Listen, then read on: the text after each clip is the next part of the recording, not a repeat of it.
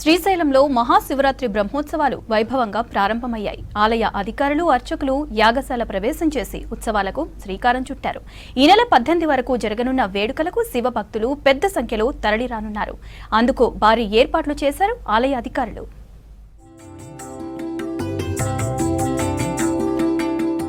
AP Nandyal జిల్లా శ్రీశైలం మహాక్షేత్రంలో మహాశివరాత్రి బ్రహ్మోత్సవాలు వైభవంగా మొదలయ్యాయి. యాగశాల ప్రవేశంతో ఉత్సవాలు ప్రారంభమయ్యాయి. ఈ నెల 18 వరకు జరగనున్న వేడుకలకు శివ భక్తులు పెద్ద సంఖ్యలో తరలిరానున్నారు.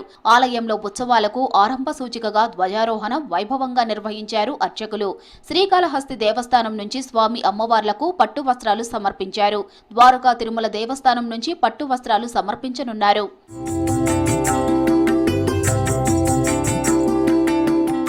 పదిన హంసవాహన సేవ వైభవంగా జరగనుంది. విజయవాడ దుర్గా మల్లేశ్వర స్వామి దేవస్థానం నుంచి పట్టు వస్త్రాలు సమర్పించనున్నారు అధికారులు.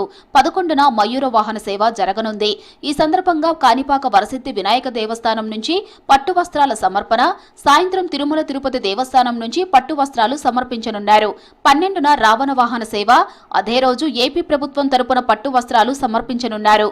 13న పుష్ప పల్లకి సేవ, 14న గజవాహన సేవ, 15న మహాశివరాత్రి సందర్భంగా ప్రభోత్సవం, నందివాహన సేవ, లింగోద్భవకాల మహాన్యాస పూర్వక రుద్రాభిషేకం జరగనుంది.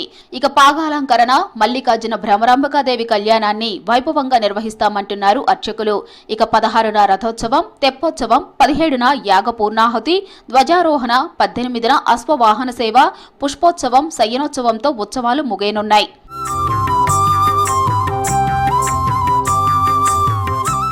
శివమండల దీక్ష, అర్ధమండల శివదీక్షను స్వీకరించిన భక్తులు మల్లికార్జున స్వామి ఇరుముడి సమర్పించడం సంప్రదాయం. పాతాళగంగ రోడ్డు మార్గంలోని శివదీక్ష శిబిరాల దగ్గర ఈ నెల 22 వరకు ఇరుముడి సమర్పించడానికి అన్ని ఏర్పాట్లు చేశారు ఆలయ అధికారులు. సాధారణ భక్తులతో పాటు శివదీక్ష స్వాములు, పాదయాత్రగా వచ్చే భక్తులు రోజు లక్షల్లో తరలివచ్చి స్వామి అమ్మవార్లను దర్శించుకోనున్నారు.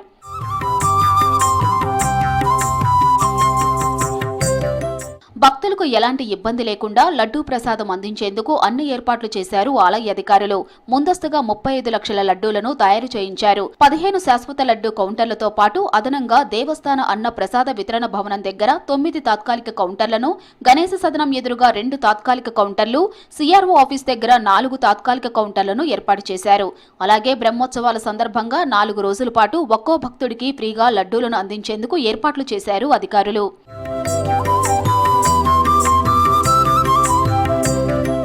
శివదీక్ష శిబిరాలు టోల్గేట్ సమీపంలోని బసవవనం, సిబ్బంది వసతి గృహాల దగ్గర ఉన్న బాల గణేశవనం, ఆలయ దక్షిణ భాగంలోని రుద్రాక్షవనం, శివాజీ గోపురం ఎదురుగా ఉన్న శివాజీ పార్క్, తెలుగు విశ్వవిద్యాలయం సమీపంలోని రుద్రా పార్క్, మల్లమ్మ కన్నీరు ప్రాంతంలో భక్తులు సేద తీరేందుకు చలువు పందిలను ఏర్పాటు చేశారు. సాక్షి గణపతి పార్కింగ్ ప్రదేశాలు, అన్నదాన భవనం, కళ్యాణకట్ట, చండీశ్వర సదనం, 6 బయట కూడా చలువు పందిళ్లు అందుబాటులో ఉన్నాయి. క్షేత్రంలో 13 ఎకరాల విస్తీర్ణంలో చలువు పందిళ్లు ఏర్పాటు చేశారు అధికారులు.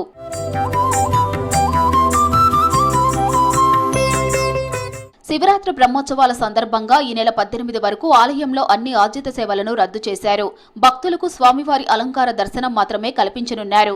అయితే ఇరుముడి కలిగిన శివదీక్ష భక్తులకు మాత్రం ఈ నెల 12 వరకు నిర్ణీత సమయాల్లో స్పర్శ దర్శనానికి అవకాశం కల్పించనున్నారు. 13 నుంచి 18 వరకు స్పర్శ దర్శనాలను పూర్తిగా నిలిపివేయనున్నారు అధికారులు.